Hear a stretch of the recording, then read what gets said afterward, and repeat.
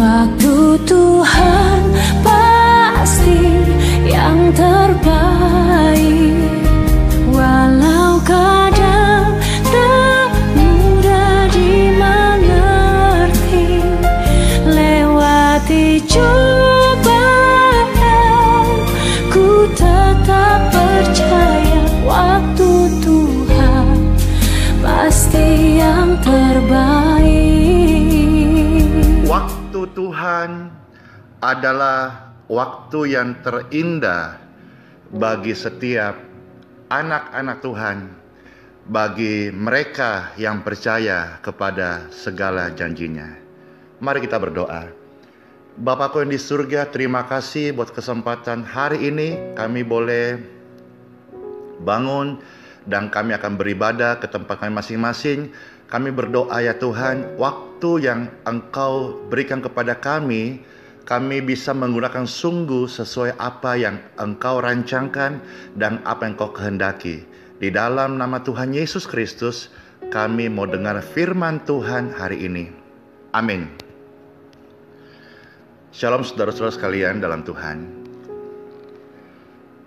Orang percaya harus memahami dan menerima bahwa dunia yang kita huni hari ini tidak dapat lagi kita menaruh kebahagiaan atau mengharapkan kebahagiaan dari dalamnya. Dan memang dunia ini adalah sebuah, kalaupun kita bisa bahagia, itu hanya sekedar saya beri nama kebahagiaan fantasi, atau hanya sekejap mata dan besok tidak ada lagi. Maka saudara-saudara, engkau perlu mendengarkan renungan khotbah firman Tuhan Grace and Truth, supaya saudara terus diarahkan kepada sesuatu yang abadi, keabadian. Tentu tidak meninggalkan tugas tanggung jawab orang percaya hidup di bumi ini, saudara-saudara. Sebab kebahagiaan dari dunia yang ada saat ini, atau dunia kita atau di bumi ini, kalau kita tidak peka, sekalipun kita orang Kristen, maka kita akan dapat tergiring dan menuju kepada kebinasaan kekal. Semestinya orang percaya yang sudah dewasa rohani, mereka harus berani menaruh sukacitanya untuk waktu Tuhan pada satu hal, yaitu hari kematian. Karena hari kematian bagi orang yang percaya, barulah mereka bisa berkata dan menghidup. Kita ini adalah manusia rohani dan bukan lagi manusia jasmani. Ini yang benar. Waktu Yesus Kristus menebus kita, seharusnya bukan sekedar kita dikuduskan, tetapi secara nyata kita berubah dari manusia yang berdosa. Tentu selera jiwanya berubah, tentu kodratnya berubah, dan kita menyadari masih ada benih-benih yang masih ada kejahatan, dan kita juga mau rindu mengikuti teladan hidup Tuhan Yesus. Dan ketika kita sudah sadar, kita sudah menjadi manusia rohani, ketika di ujung maut kita pun juga sudah berani dan pasti dan yakin Tuhan menerima kita di kemah keabadian. Kenapa? Karena kita sudah belajar sungguh-sungguh terus bertumbuh dalam kedewasaan rohani yang benar pada kesempatan waktu Tuhan yang kita dipercayakan. Nah, di sini kita harus ingat bersama bahwa setiap kita memiliki waktu Tuhan, dan waktu Tuhan harus kita berbeda-beda, ya.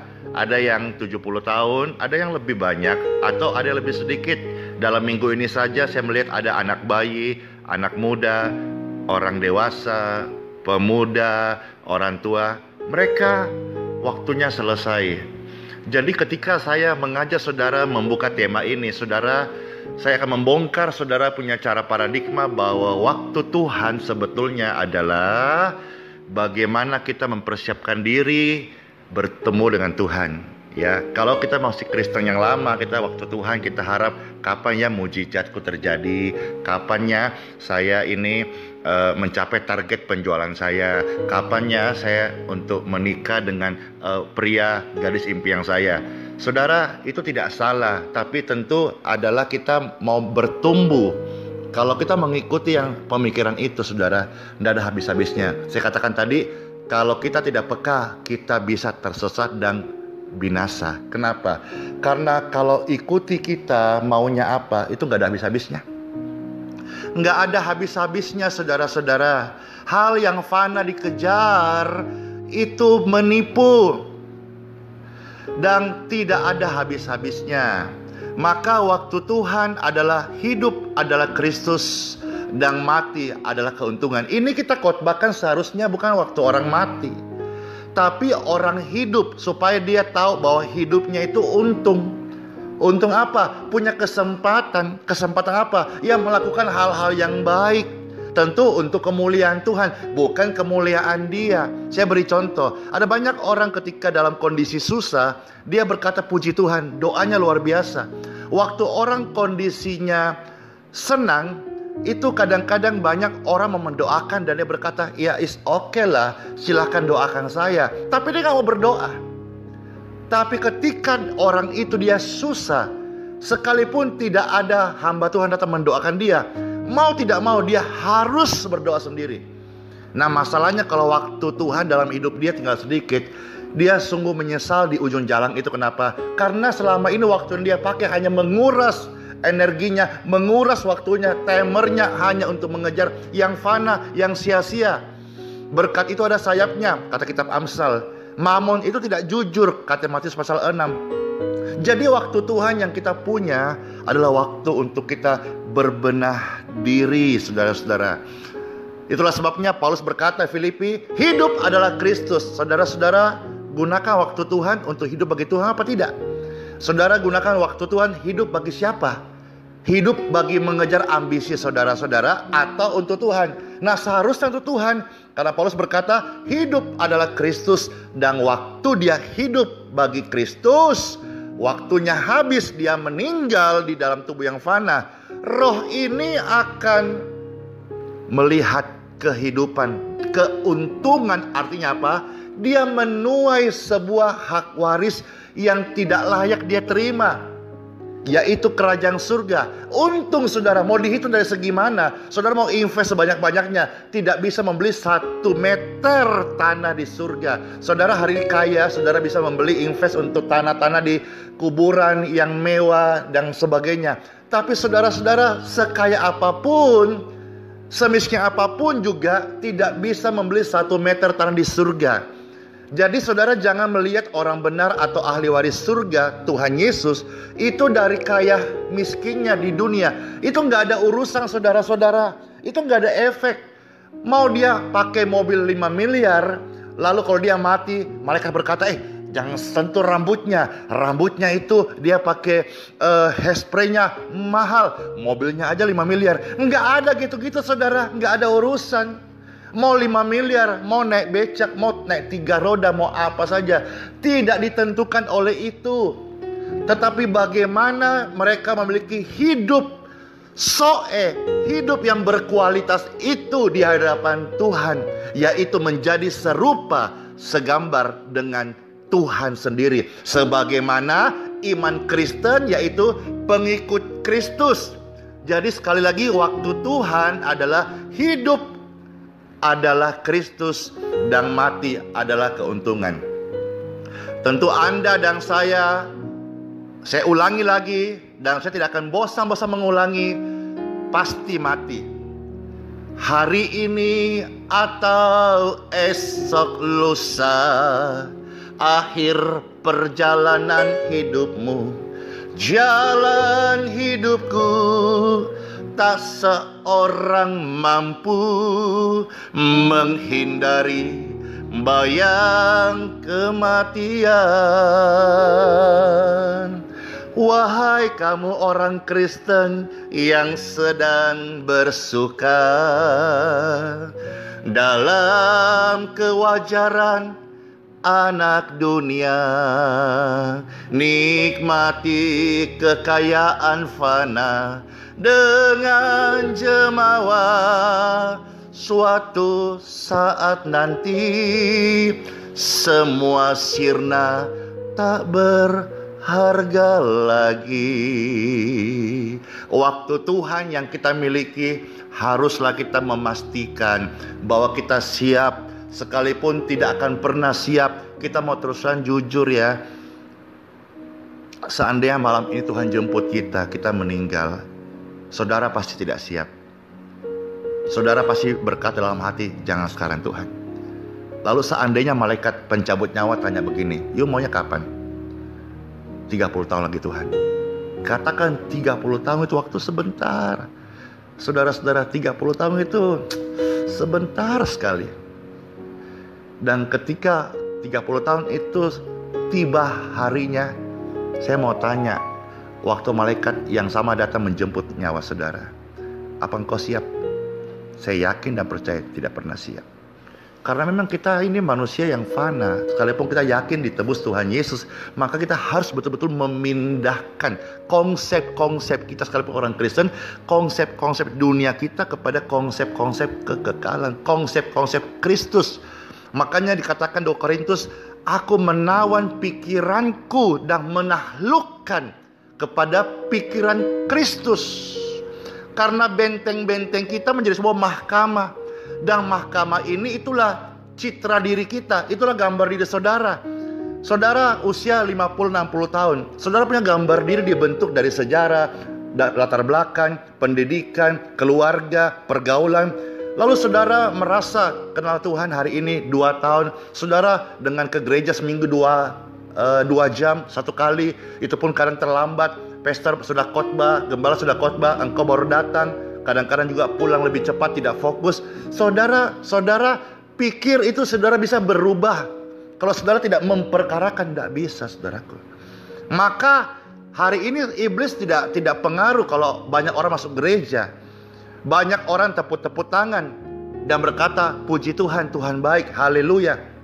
Apalagi kalau dia punya masalah, oh lebih sering ke gereja. Ya, itu namanya Kristen modus. Waktu ada masalah, waduh rajin ke gereja. Tapi begitu masalahnya selesai, tidak pernah muncul di gereja. Modus itu. Bukan pertobatan sejati, bukan pertobatan sejati. Kalau pertobatan sejati, ketika dia sudah ketemu masalah, dia berjumpa Tuhan seperti Abraham. Sekalipun tidak ditolong, Abraham sampai mati tidak menemukan kota yang Tuhan tuju, itu Kanaan surgawi. Abraham tidak berpikir balik ke Ur Kasdim.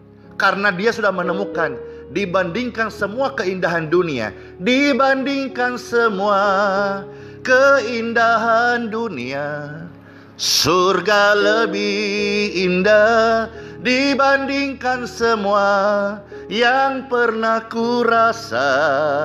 Surga lebih indah. Nah, tidak balik. Itulah pertobatan sejati. Kalau Kristen modus ada maunya. Begitu ditolong, udah gak pernah ke gereja. Saudara, jangan sampai kita menjadi orang Kristen yang iblis gak takut. Kenapa? Yuk boleh ke gereja hari-hari. Tapi kalau kau modus, tidak mau berubah, tidak menjadi seperti Kristus, tidak mau ikut teladannya, tidak mau hidup kudus, saudara-saudara, iblis kalau perlu dorong lebih aktif, lebih baik. Karena gak ada faedahnya engkau ke gereja tapi rupamu rupa anak-anak dunia dan tidak berfaedah dengan orang-orang yang menuju kebinasaan. Berubah hari ini saudara-saudara, di dalam nama Tuhan Yesus. Waktu yang masih ada di genggaman saudara-saudara, gunakan sungguh-sungguh untuk mempersiapkan kita meninggalkan dunia yang fana ini dan masuk di rumah Bapa kita di surga. Oleh karenanya saudara-saudara sekalian, mari kita mengubah pola hidup dari anak dunia menjadi anak Tuhan yang mengikuti sungguh jejak Tuhan Yesus. Selama Tuhan masih memberi kesempatan untuk kita membenahi diri, marilah gunakan kesempatan ini. Jangan menunda 1 hari pun untuk tidak membenahi diri. Karena kita tidak tahu kapan saatnya kita masing-masing menerima panggilan untuk pulang ke rumah Bapa. Jika hari ini Tuhan memberi peringatan dan tegurannya terus menerus di hati saudara dan kau gelisah, maka saudara-saudara, relakanlah hatimu, relakanlah dirimu, bertobatlah dan berubahlah sesegera mungkin. Selama dikatakan masih ada hari ini, selama kita masih menumpan di bumi ini, hendaklah kita hidup takut akan Tuhan. 2 Petrus berkata begitu.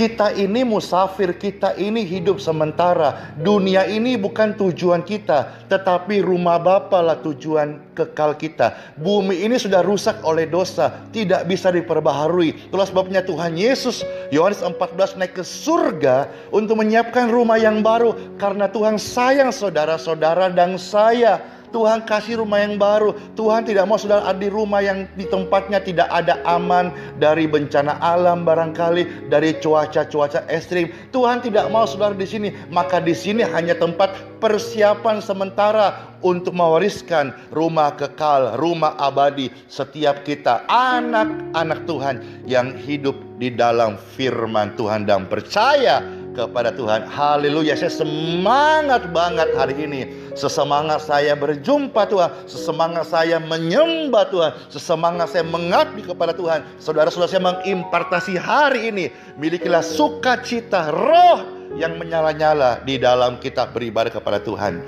Saudara, banyak orang Kristen yang sebenarnya tersesat. Mohon maaf ya, saya katakan istilah sesat di sini. Tetapi mereka tidak menyadarinya sama sekali. Setiap orang percaya harus memberi diri untuk diubahkan terus-menerus demi mencapai kehidupan rohani yang kekal nanti. Banyak orang berpikir seakan-akan kesempatan memiliki hidup hanya satu kali dan hanya di bumi ini saja. Makanya mereka all out banget untuk mengejar hidup yang fana ini. Mereka lupa bahwa kehidupan di bumi ini hanya perpindahan, hanya masa transit.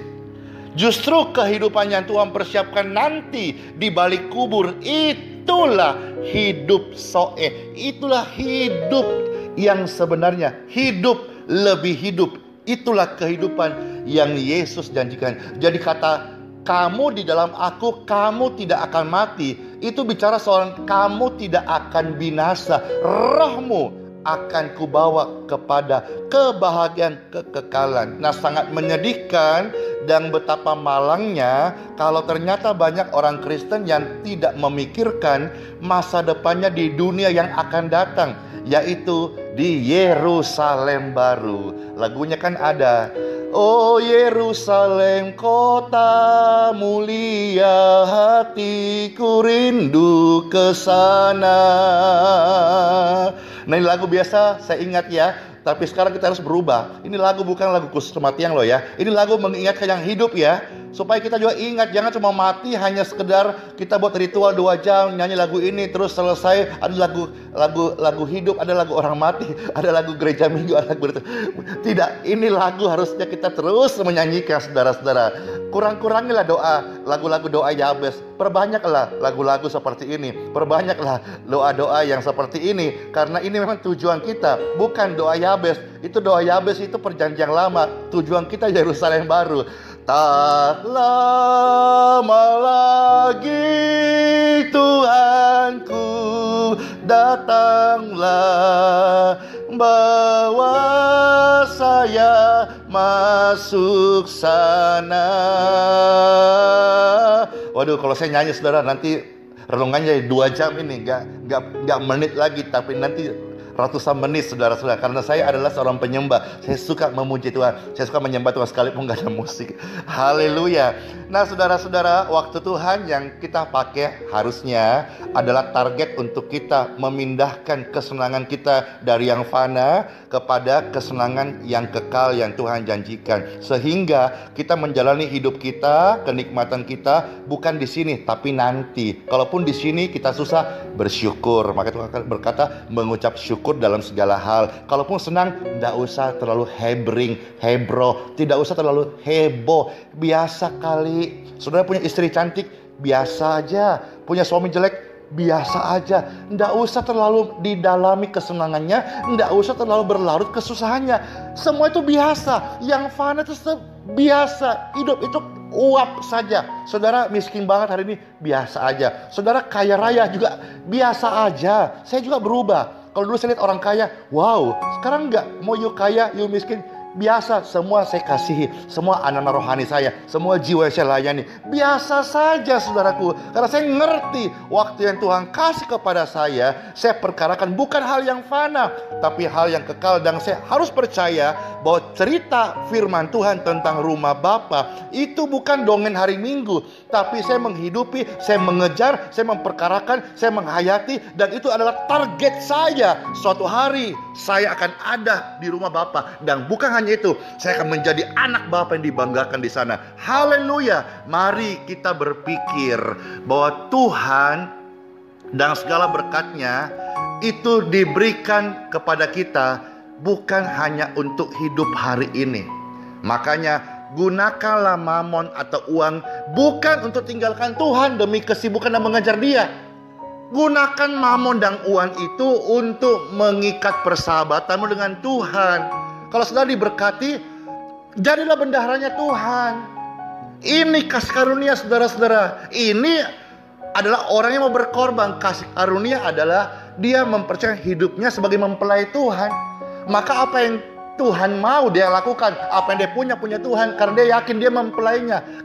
Konsepnya dia adalah mempelai, sehingga tidak lagi lugu. Hari Minggu punya lu Tuhan, hari Senin sampai Sabtu punya gue. Itu tidak begitu saudara-saudara. Kita ini mempelai, artinya together.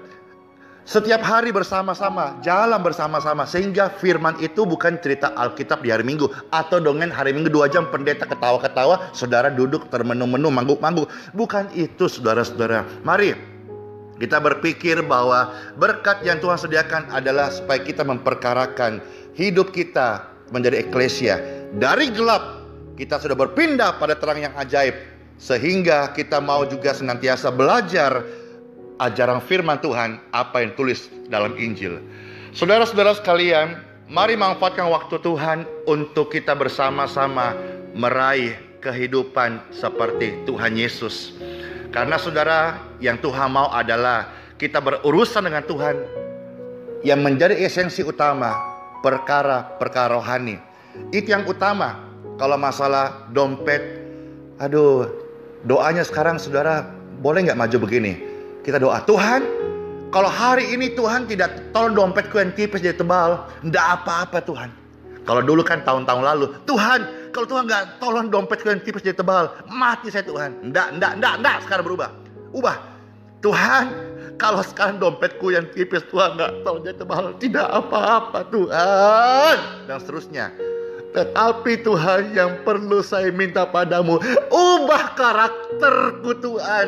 Ini yang lebih penting daripada sekedar dompet yang tipis jadi tebal. Kalau saya gak berubah, saya akan boros lagi, saya akan pakai uang salah lagi, saya akan hambur-hamburkan lagi Tuhan. Yang penting sekarang Tuhan, tidak penting dompetku tompes ataupun tebal. Tuhan, tolong saya, Roh Kudus-Mu, ubah karakterku. Ini yang paling penting saudara-saudara. Karakter kita berubah. Semestinya urusan dengan Tuhannya ini saudara-saudara, supaya keselamatan itu menjadi sempurna, yaitu manusia dikembalikan kepada rancangan Tuhan, yaitu menjadi anak-anak Bapa yang berkodrat ilahi. Itulah sebabnya ukuran kebenaran atau kesalehan kita bukan saja baik secara moral umum, tidak melanggar hukum yang dikenal manusia pada umumnya, tetapi kehidupan orang percaya adalah kehidupan yang tidak bercela, menyangkut semua yang kita pikirkan, ucapkan, dan lakukan. Inilah waktu yang kita diberi oleh Tuhan untuk merubah cara berpikir, cara berucap, cara kita melakukan sesuatu. Ini yang kita perlu rubah. Monster dalam diri kita, ini orang percaya, kita harus matikan setiap hari supaya kita hidup sepenurutan dengan apa yang Tuhan mau. Waktu hidup di bumi saudara-saudara sekalian, sesungguhnya hanya untuk satu hal, persiapan masuk dalam peti mati, persiapan masuk ke rumah Bapa. Ingatlah rancangan semula, apa yang Tuhan buat dan Tuhan cita-citakan ketika membentuk Adam dan Hawa. Masih ingat? Satu kan tujuannya, menggantikan Lucifer, yaitu Adam dan Hawa menjadi penyembah-penyembah Tuhan. Dan kita keturunan Adam Hawa, apakah kita sudah menjadi penyembah Tuhan hari ini? Atau kita penyembah dunia? Saudara-saudara sekalian, saya tutup kalimat ini. Waktu Tuhan yang Anda terima, yang masih ada dalam genggamanmu hari ini? Sudahkah kita menjadi penyembahan, menyukakan hati Tuhan? Ataukah kita sebagai orang Kristen, tapi sesungguhnya di dalamnya casingnya Kristen, tapi hardware-nya sebetulnya kitalah penyembah dunia, kitalah orang yang paling rakus, kita orang yang paling curang, kita orang yang paling munafik. Maka saudaraku, kalau firman hari keras, kesempatan untuk berubah masih ada, supaya kita satu hari kelak, saya dan saudara, kita bertemu di keabadian, di rumah Bapa Surgawi. Di sanalah kita akan sama-sama melihat janji rumah Bapa di surga. Waktu Tuhan bukan waktu kita. Ini bicara soal kita tidak punya hak sama sekali untuk hari esok. Yang kita punya bagian hari ini hanya mempersiapkan ketika waktu kita habis, kita diterima di kemah keabadian.